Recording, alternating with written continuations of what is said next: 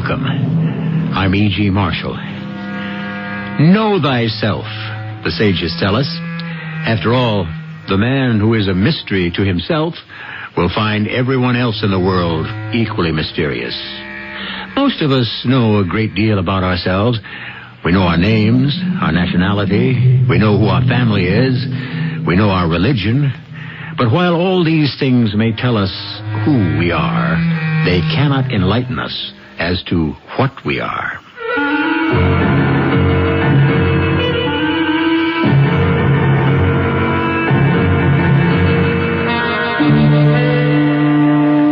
Our mystery drama, Bloodline, was written especially for the Mystery Theater by Sam Dan and stars John Lithgow.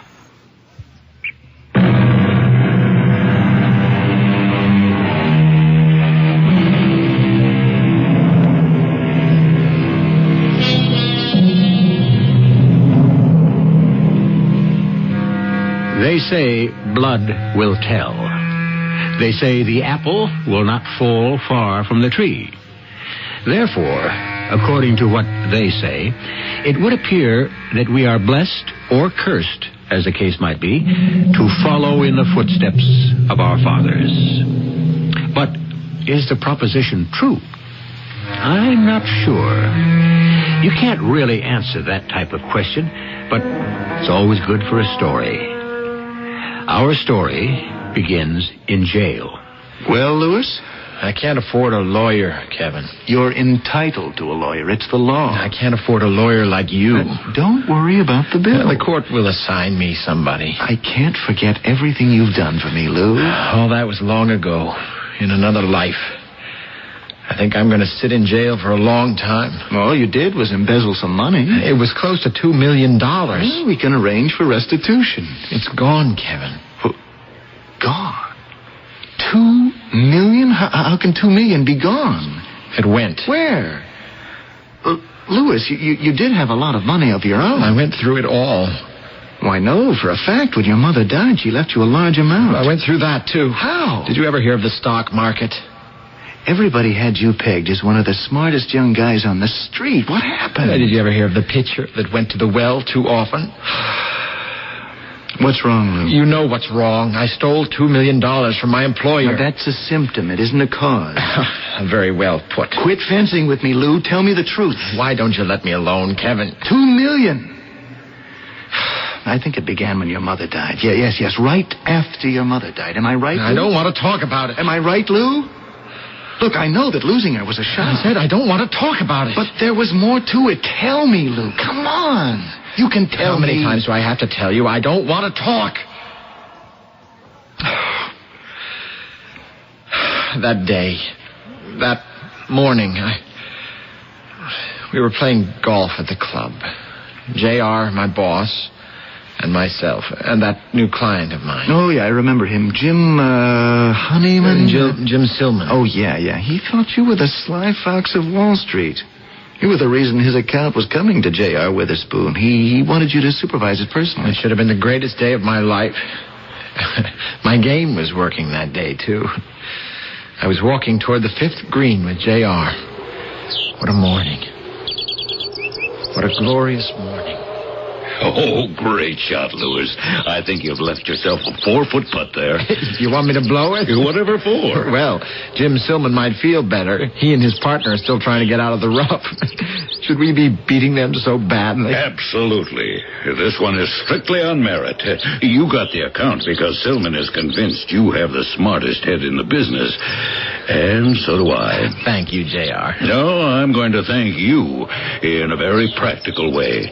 But we'll talk it over at lunch in a day or two. Mr. Lewis Olcott. What? Mr. Lewis Olcott. Hey, is that for me? Mr. Lewis Olcott. Oh, it has to be something serious for them to page you on the course. Mr. Olcott, please pick up the nearest telephone. My mother. She's in the hospital. Now, Lewis, be calm. The phone. Where's the phone? In the shack at the 9th tee. It was my mother. She had suddenly, and for no apparent reason, taken a turn for the worse. When I arrived at the hospital, I was nervous and scared. She wasn't in her room. Was I too late? Nurse! Yes, sir. Mrs. Alcott. Where's Mrs. Alcott? She's been transferred to 812. Just over to your left. Thank you. Thank you. Mother. Oh, Louis. Don't talk, Mother. I must. Save your strength. For what? I'm dying. Oh, now, don't say that. I can face it. And so must you. This has been torturing me for so many years. Yes, Mother? For so many years. But you have a right to know. Please, Mother, you mustn't excite yourself. Everyone has a right to know. Everyone has a right to know what, Mother? What am I trying to tell you? Oh, everyone has a right to know who they are. Oh, I know who I am, Mother. No. No? You don't know who you are. What are you trying to tell me? We should have told you years ago, but your father, he was afraid you would leave us and try to find your real parents. What are you saying, Mother? I said to him, we are your real parents in everything but blood. And that shouldn't matter, should it? Tell me, Louis, haven't we been your real parents? Edmund Alcott and I. Could any other parents have loved you more than we did? Could they? You're telling me now that I'm... I wanted to tell you from the beginning. But is it right to tell you now? Is it? But if I don't, you'll never know. And you should, because you have that right. Louis, please, promise you'll never tell your father. Promise. It will be our secret, yours and mine. Yours and mine. Yours and mine. Lou. Yes, Kevin. That's what she told me. On her deathbed. You never knew. What a time. What a place. What a way that was to find out. Is it really true? It's what she told me. Well, she said, don't tell your father, but your father had already died 3 years before. Well, at that point, she wasn't thinking too clearly. And so she could have been wrong. About what? Well, about your being adopted. Well, she would know better than anyone. Oh, it must have been a shock. But you were always a pretty tough character. You could face up to it. Yes, I could have. It's just that I had come to believe that being Edmund Alcott's son had endowed me with a certain mystique. But you were his son. Well, didn't your mother say in everything but blood? Yes, but in this particular situation, it was the blood that meant everything. But why? Why? Old J.R. laid it out for me in no uncertain terms. Do you remember when he made me a partner in the firm? Yes, it was just a few weeks after you lost your mother. I'll never forget that day. Never. We were having lunch in the partner's dining room. I believe that'll be all, Pierre. Unless, Louis? Oh, no. I'm fine, thank you. Well, now, congratulations, Louis. Thank you again, J.R. Do you know why I made you a partner? Because I'm a bright young man. Oh, the street's full of bright young men. You've got something in addition. You know what it is? Breeding. Breeding? Your father was one of the smartest men on the street. Your grandfather predicted the disaster in 1929. Your great-grandfather slugged it out with the big fellas back at the turn of the century. Oh, but you know all that. Well, I do, sir. This market savvy, this sixth sense of when to buy and sell, I believe it's something that's bred into the Alcotts. It must be in the blood, right? Well, don't be so modest. I wish I had something like that to brag about. That's why we made you a partner. Oh, you've got that indefinable something. I guess you just have to be born with it. Kevin, I can't tell you what an upsetting lunch that was. Louis. I know what you're going to say. I was taking it too seriously. That's right. You'd done a tremendous job for J.R. up to that time, hadn't you? I admit it. Yes. So what was all that mystic nonsense about blood? It wasn't nonsense. I thought I had that blood. But you didn't. So, how do you account for your success up to that point? It didn't matter, because just so long as I didn't know, so long as I believed. Ah, I think I understand. If you think a thing is true, that's good enough. But now, I was scared. Why? I thought I had something special in my genes. But then the rug was pulled out from under me. Lou, I never in my life met a more practical, down-to-earth man. Now, look out for us practical, down-to-earth fellows. When we crack, we split wide open. I was so scared I lost control. My judgment went completely. I made several foolish moves. But there was nothing mystical about what you'd been doing, Lou. It was based on sound evaluations. No. It was as if I had broken down completely. No control. I did things that were incredibly dumb, that I didn't want anyone to know. I would cover up the loss of money with my own private funds. You did? There were several episodes like that. Before I knew it, I was practically broke. All I had was my salary, and that wasn't an awful lot, because I was supposed to really make it in commissions and bonuses. I became afraid to buy and sell. J.R. noticed it. And you know what he thought? He actually thought I was doing the right thing. I noticed, Louis, that you haven't been generating very much activity among your clients. That's true. You're advising them to stay more or less liquid, aren't you? Yes, I feel... Well, I have to respect that, Louis. The fact is, we really don't know where this market's going. It takes a lot of character to sit still at a time like this, though. It's just that... I remember your father. He would sit there just waiting. You'd think he'd fallen fast asleep and was out of it. And then suddenly he would strike without warning, like a cobra, at some beautiful special situation. Well, just let me know when you're ready to spring, Louis. Yes, J.R. What are you telling me, Lou? You're saying you fell into a period of, self-doubt. Well, it happens to a great many people. Suddenly you begin to think you've lost your touch. I didn't think. I knew. Well, you should have gone to a psychiatrist. I did. But the fact is, nothing changed. Then, one day, I didn't know what was going to happen to me. I couldn't think of anything to do. I just wandered off into the park. I sat there. A man walked past. He was tall, well-built, neatly dressed, but not like an American. I noticed him walk past me, and he stopped. He stared at me. And then he walked over to my bench. Have I your permission to be seated? It's a public park. The city owns the bench. Oh, speak, Taximar. Who? What did you call me? Taximar. You must have me confused with someone else. Oh, no. That's not my name. Well, of course it is not. It is your title. You are the Taximar. Sure. Please, excuse me. No. We have looked for you for so long. You cannot leave us now. I'm afraid I have to. No, you will stay. You will remain here. What for? What for? Because you are the Taximar.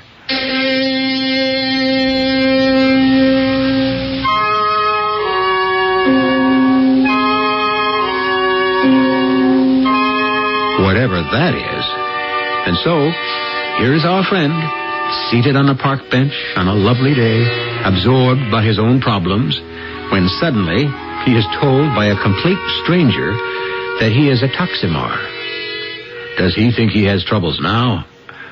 There's always the second act.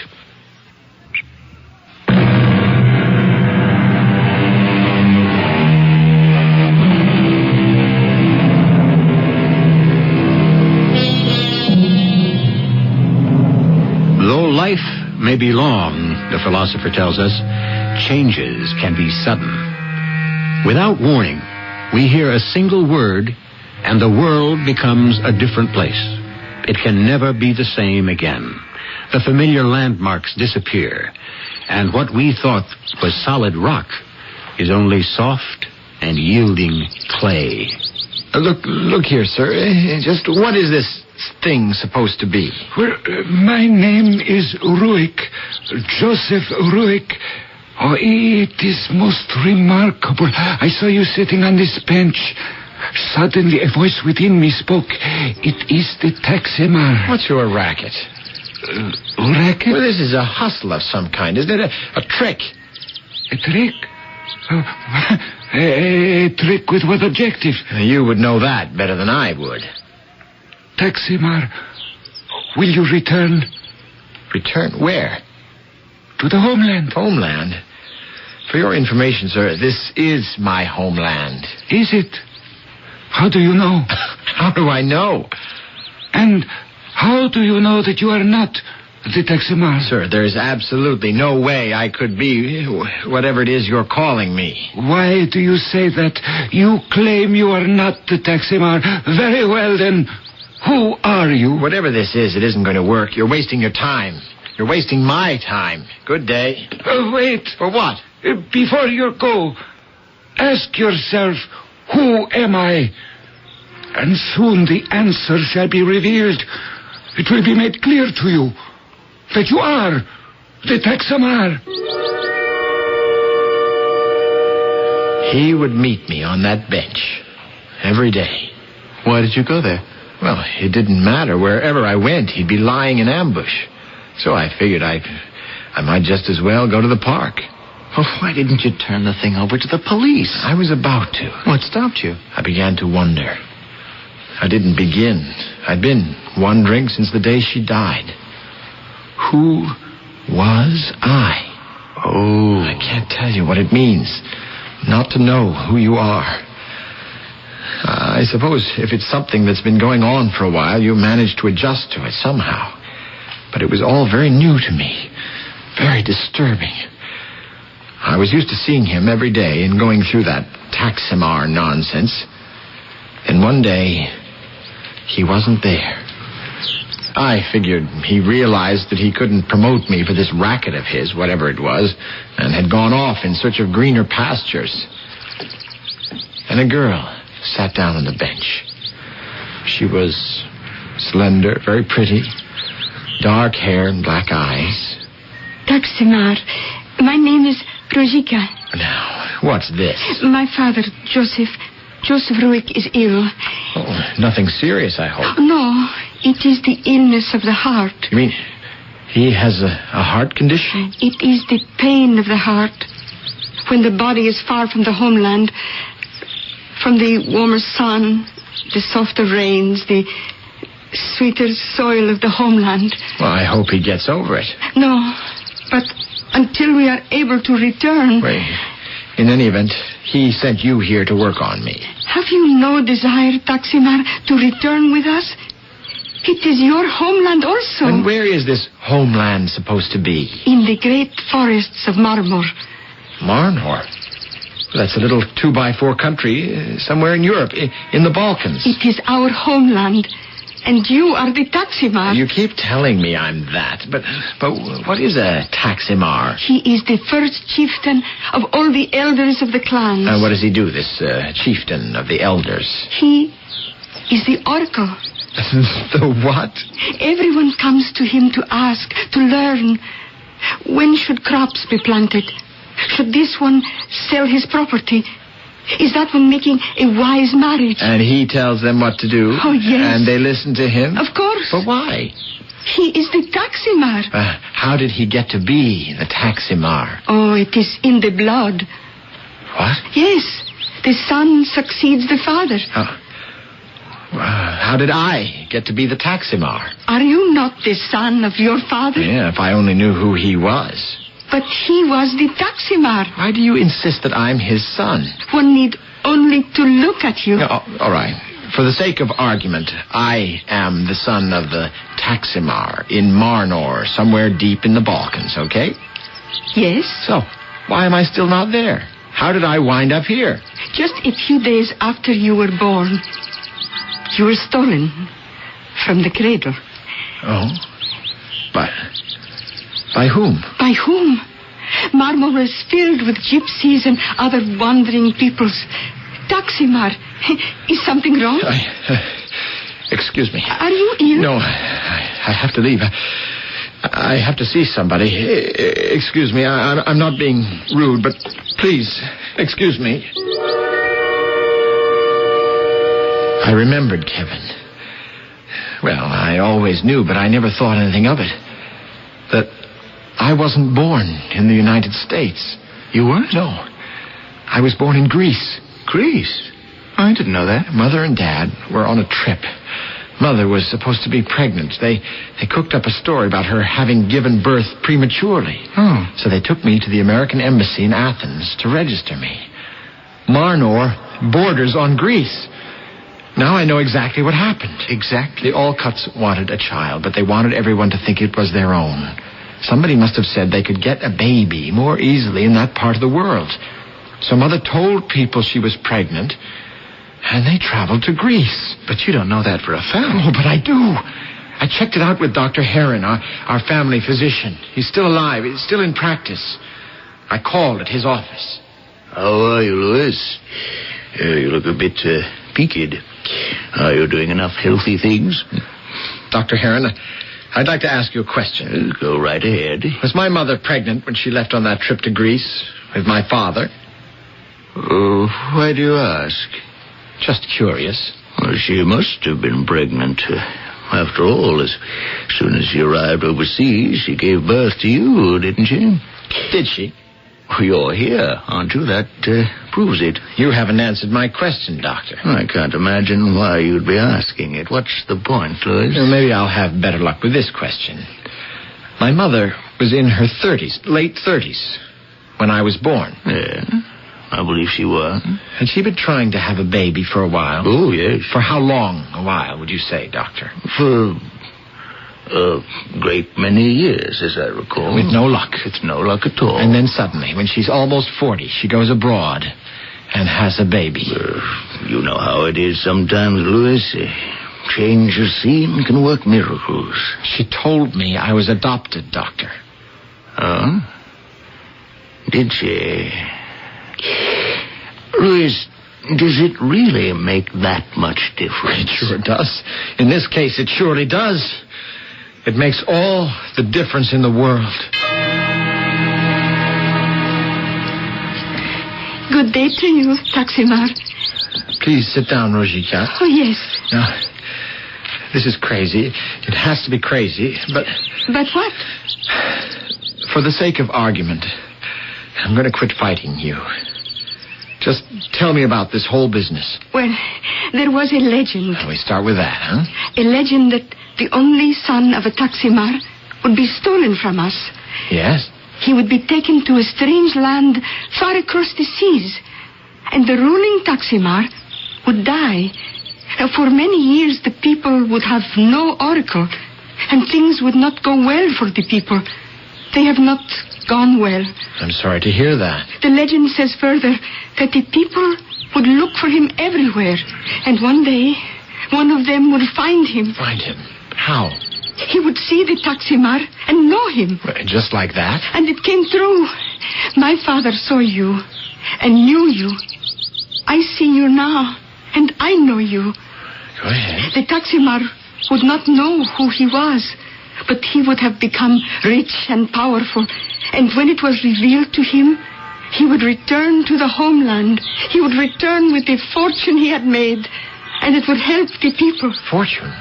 What is so little here is so much there. And so the legend says it was meant to be, that the young Taksimar was stolen from his cradle and taken from us, for he would return to save us. That's the legend, huh? Oh, yes. I still can't clear that very first hurdle. How do you know it's me? Oh, one knows these things. Well, it would be great if we had some evidence. But we do have evidence. The best evidence that can exist. The evidence of the heart and the soul. How does that work? Oh, through our feelings. I feel that you are the Taksimar. I feel I know you, that I have always known you. Why do you feel that? Because my heart tells me. We come around to that again. What does your heart tell you? Truthfully, not a thing. Oh, look at me, Taksimar. That's not too hard to do. Look at me. I'm looking. Have you seen my face before? Heard my voice before? Have you? Have I? Oh, try to remember. How can I remember what I never... It is in the blood. The blood. The blood. The blood is everything. You remember through the blood. You were born in Marmor. You breathed the air of Marmor. It has stayed with you. It will remain with you forever. Marmor? The tiny baby in the cradle. The son of the Taksimar. And there was another baby in another cradle. What? Yes. She was brought there for the ceremony. What ceremony? The betrothal. The betrothal? She was the daughter of the first minister of Marnor, Joseph Ruik. Joseph Ruik? The one who... Joseph Ruik is my father. You and I were born on the same day. It was an omen. You're saying we were engaged? No, betrothed. Engagements are games that men and women play. Betrothals are vows taken before the Lord. I see. I am no longer very young, just as you are no longer very young. But I could never marry anyone else, just as you could never marry anyone else. Well, now, just a minute. Why have you never married? You're attractive, you're wealthy, you're a man who many women desire. Why have you never married?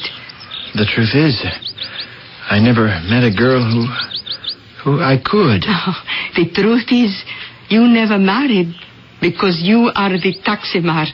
It is in your blood to marry the daughter of the first minister, and you shall.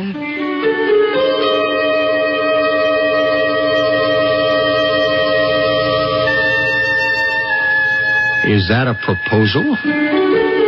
There seems to be a ring of inevitability that's being drawn closer, ever closer around our leading man. But, after all, how does he know? How can he be certain? To be perfectly fair, can any of us be absolutely certain of anything? At least, we can be certain there's going to be a third act.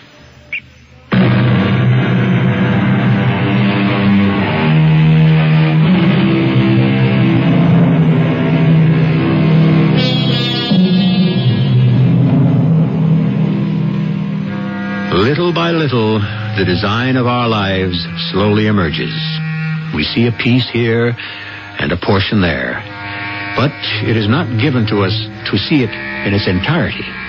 We try to guess the meaning of a color, a line. Perhaps a shape is suggested, or a figure is almost completed. But we only see enough to tantalize us. Will we ever arrive at the real meaning? Perhaps there is no real meaning. Is it all substance without shadow? Can we afford to believe that? And now I will ask you again. Have you ever heard my voice before? Seen my face? Yes. Yes, I have.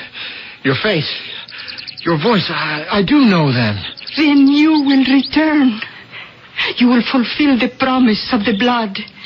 You will, Taksimar. Say nothing now. It has all been too much in too short a time. Just think, Taksimar. Think. I did think about it, Kevin. And? I knew that I was in love with her. You see, I fell in love with her because... People fall in love. It can't be explained. But there was a reason. It was in the blood. I can imagine what this is going to sound like, but I never thought of marrying another girl. And the reason... It was destined for me to marry Rojika. Okay, if that's how you want it. No, Kevin, believe me. I knew I had seen her face, heard her voice before. Yeah, you explained. You were both a couple of days old in the cradle. No. Her face as it is now. Her voice as it is now. What you're saying is you'd seen her before. Not in that sense. Well, in what sense do you mean? There was no place where I could have seen her before. She had spent her entire life in Marnor, and had just come here a week or so earlier. Where could I have seen her before? Well, be that as it may, we now have a more pressing problem. We have to prepare your defense. Now, what happened to the money? The money? $2 million. You have to go along with this. I firmly believed by this time that I was the Taximar. The legend said I would be rich. And you were. Oh, I wasn't. But I couldn't say that to Joseph and Rojika. Why not? There are certain things you just don't like to admit at first. Yeah, I understand. I knew I would have to face up to it. Taximar, you know that I am speaking the truth. You understand in your heart that you are the Taximar. If only Yes, if only... Consider, you told me a legend. Yes. The infant child of the Taximar would be stolen from his crib. He would be taken far across the seas. And one day he would be found again. That is the legend? There's more. He would return to save his people. True. And he would be able to do it because he was a rich man. He would bring back his fortune. Of course. That's the part of the legend that wasn't working out. I'm not a rich man. Oh, I believe the legend, all of it. No, you don't understand what I'm trying to tell you. I don't have any money. It doesn't matter. How could you say that it doesn't matter? Because the legend must speak the truth. You will return to Marnor with a fortune.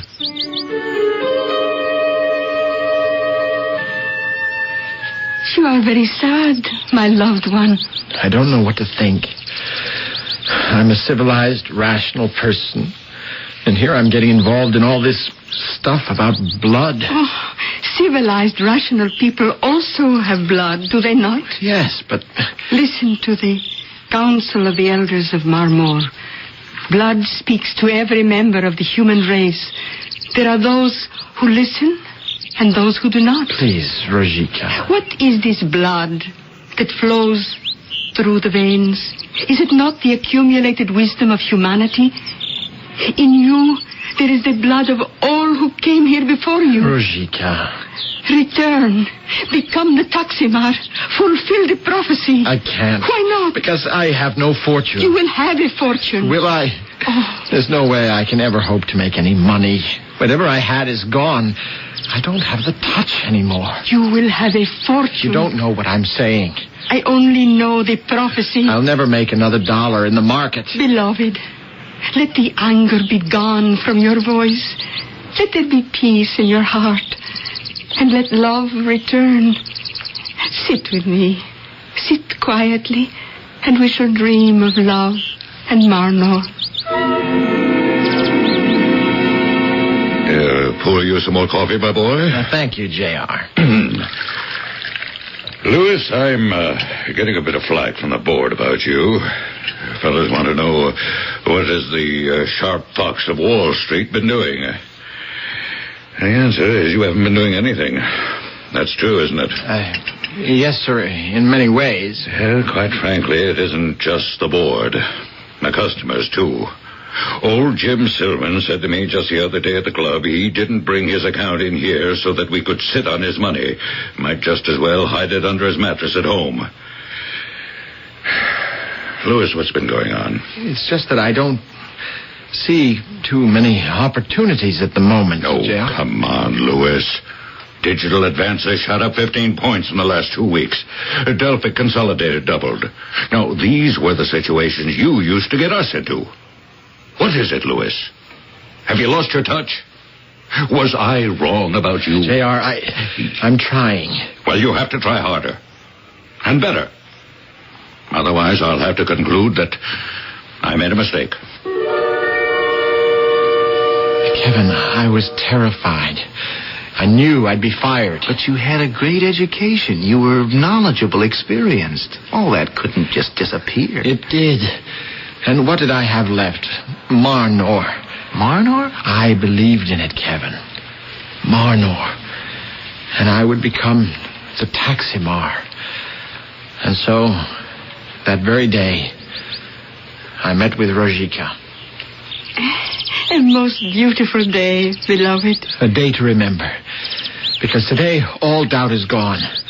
I believe in the prophecy. Oh, we must leave at once. Tonight. Yes, there's a plane for Athens every night. And from there, we can drive to the border and cross into Marnor. Father and I will meet you at the airport at 8 o'clock. We will have the tickets. Rojika. Yes, beloved. I will return without a fortune. You will return with a fortune. I believe in the prophecy. And then suddenly I believed in it too.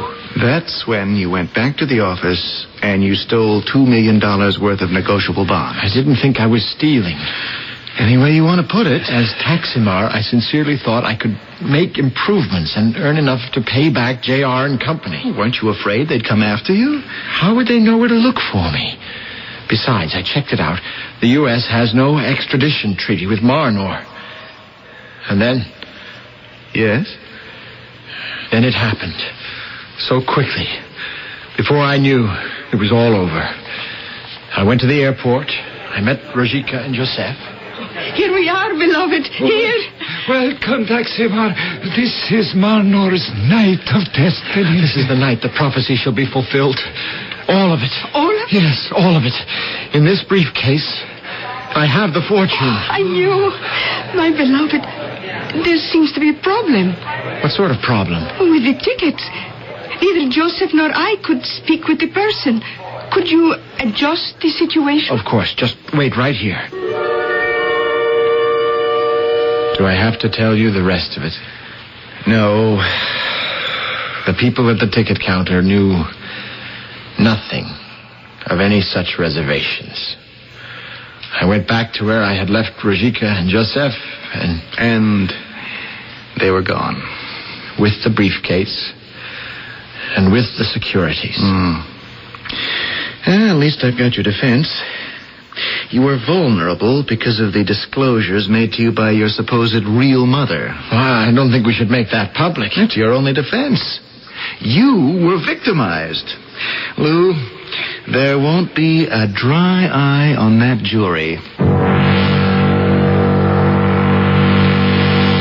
And so, ladies and gentlemen, I cannot ask you to close your eyes to what this man has done. I can only ask you to try to understand him, to try to explore in your own minds the trauma that he has suffered, and to remember that he is a human being, subject to the weaknesses and the vulnerabilities that can be the undoing of every member of the human race, given the time, the place, and the circumstances.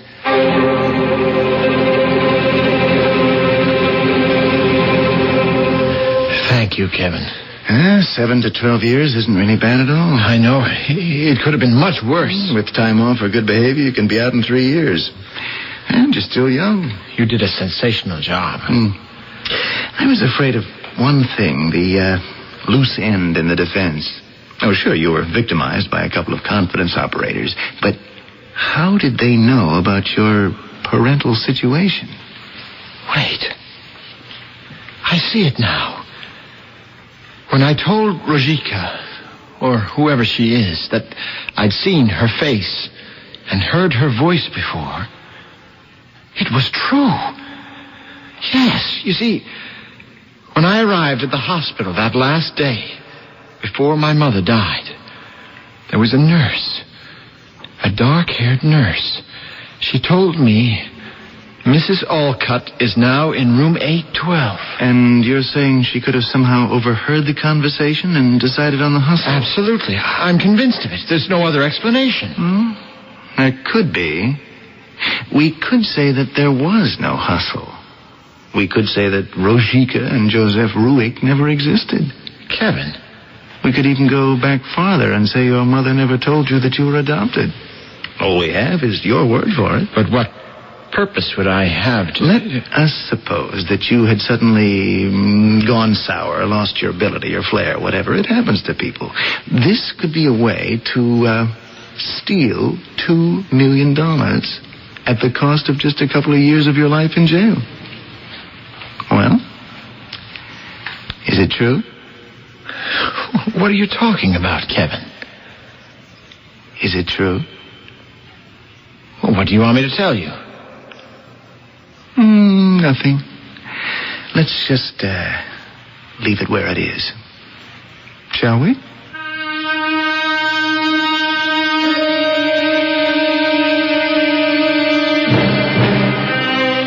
And why not? Either way, he goes to jail. If we were to know the truth, we would lose a most delightful opportunity to speculate. You can make out a good case for either conclusion.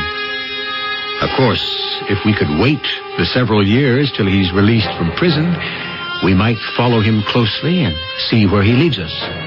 And if all of us are around at that time, we may just decide to do it.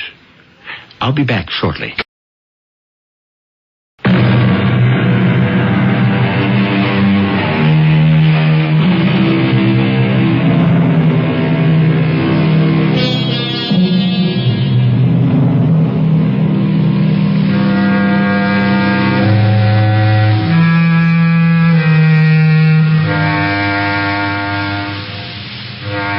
Blood.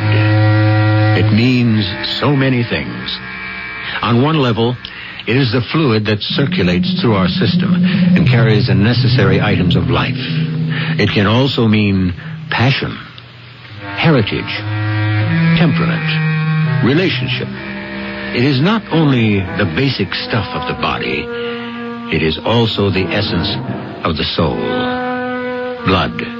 It is shadow and it is substance, and it carries within itself the true meaning of humanity. Our cast included John Lithgow, Russell Horton, Ray Owens, and Bryna Rayburn. The entire production was under the direction of Hyman Brown. This is E.G. Marshall inviting you to return to our Mystery Theater for another adventure in the macabre. Until next time, pleasant dreams.